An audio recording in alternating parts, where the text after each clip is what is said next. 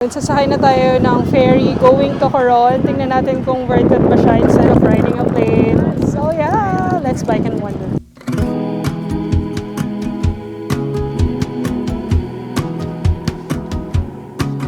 So I'm finally leaving Manila right now. I'm gonna take a ferry going to Coron, Palawan. Finally, I don't know, sana maabutan ko siya. Medyo late na ako ng 2 hours. But let's see. I'm so excited because I'm gonna arrive there with no plans. Yeah, see you in a bit. Bye! Tayo ngayon sa Tondo Port. Dala ko yung bike ko. So, nagbayad akong 200 pesos. I don't know if papasok tayo sa X-rays.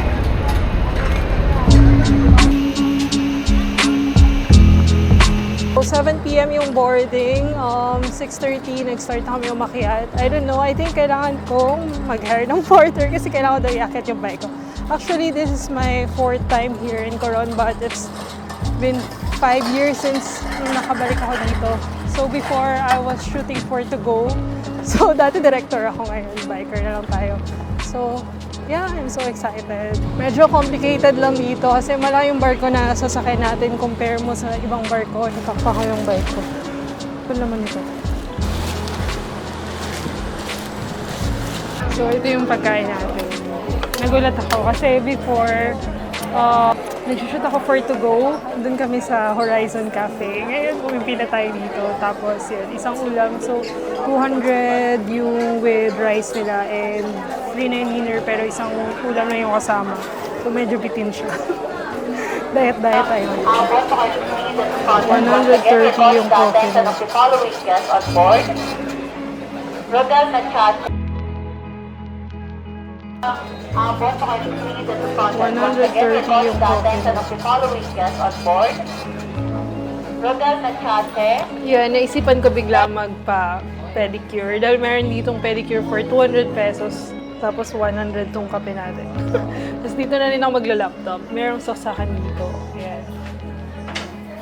And 6 p.m. ata kami sumakay dito. Until now, hindi pa rin siya umaandar. So, sulit na sulit nagpa-pedicure ko. 1 hour din yun para medyo sulit yung stay natin dito. Si ate nagpapareban siya. 6 hours daw. Oo, 6 hours. Kalaban. Bakit ka ba nagpapareban? Hindi, ngayon lang, sa ilang taon. 3 years. Para maging magandang book siya. Dito pa talaga siya nagpareban. Ano, pampalipas oras. At saka wala nang time. Wala nang time dito sa Manila, kaya dito na lang ako nagpaganda ng buhok. Ito yung maganda sa slow travel. Kasi parang dito mo lang marirealize yung mga hindi mo nagagawa nung fast pace yung mga bagay-bagay. Kasi ngayon nakatigil lang tayo. So, marami tayong time. Yan, nabalagayado tayo dito. Sulit na sulit naman ang pahinga. Ate, kailan yung last mong reband? Hindi ako nagpariban. Ay, di ba? First time? Anong naisipan mo?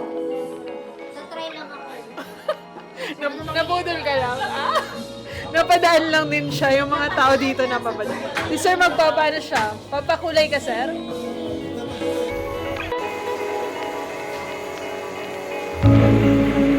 As of 10:30, hindi pa rin umaandar. Malapit na mariban si ate.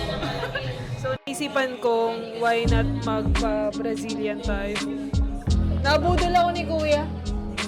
I know. Paglabas niya dito, ano na kayo? Parang may fashion show paglabas. 1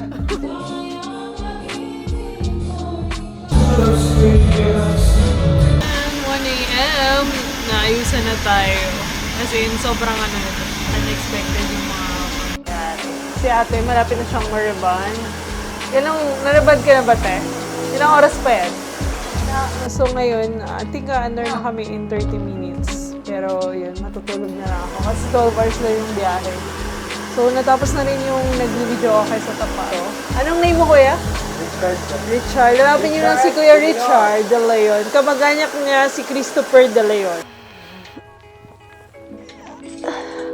Ngayon lang yung pinaka-komportable kong tulog sa barko compare mo sa mga pinagdaanan ko sa Tawi-Tawi, Sulu, Basilan.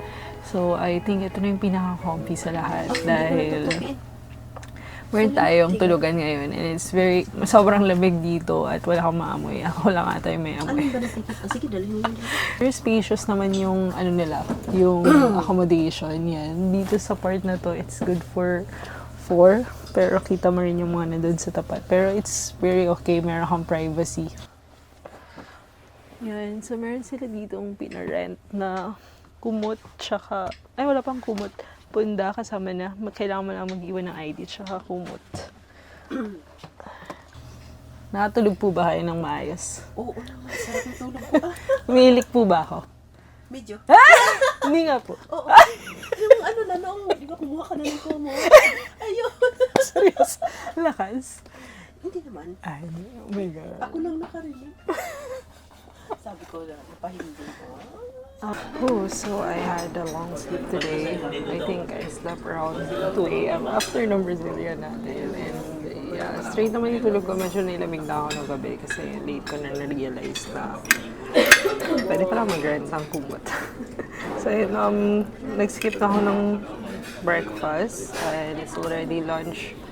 So I think we're just 2 hours away. So natulog lang naman ako straight. Tapos, yun, it's already 12 noon right now. So, meron ako na-discover na travel hack.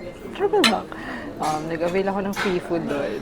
Tapos, nag-upgrade ako ng food dito para dito tayo makapag-dine with a view of the ocean. And it's very quiet here.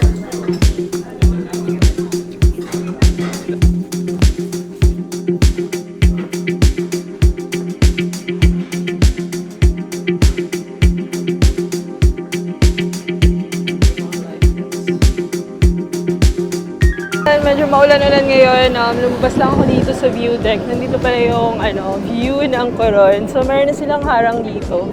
Kasi siguro may mga incident na nangyari before.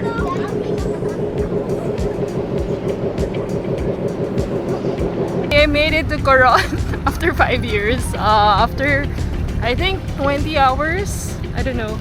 12 hours. Then, 8 hours waiting. Yes, it's worth it. Yun lang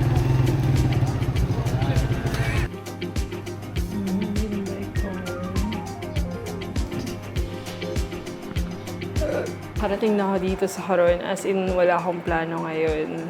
Kasi gusto ko muna makarating dito sa location bago ako mag-start mag-planning. Typical me. So, dito pa lang ako mag-start mag-plan once I get here. So, I stayed here sa guest house dito. So, it's a private room.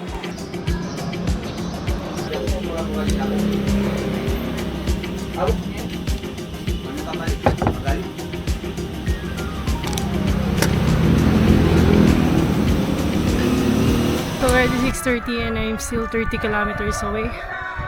I therefore conclude that Busuanga Island is the hardest island loop that I did in the Philippines.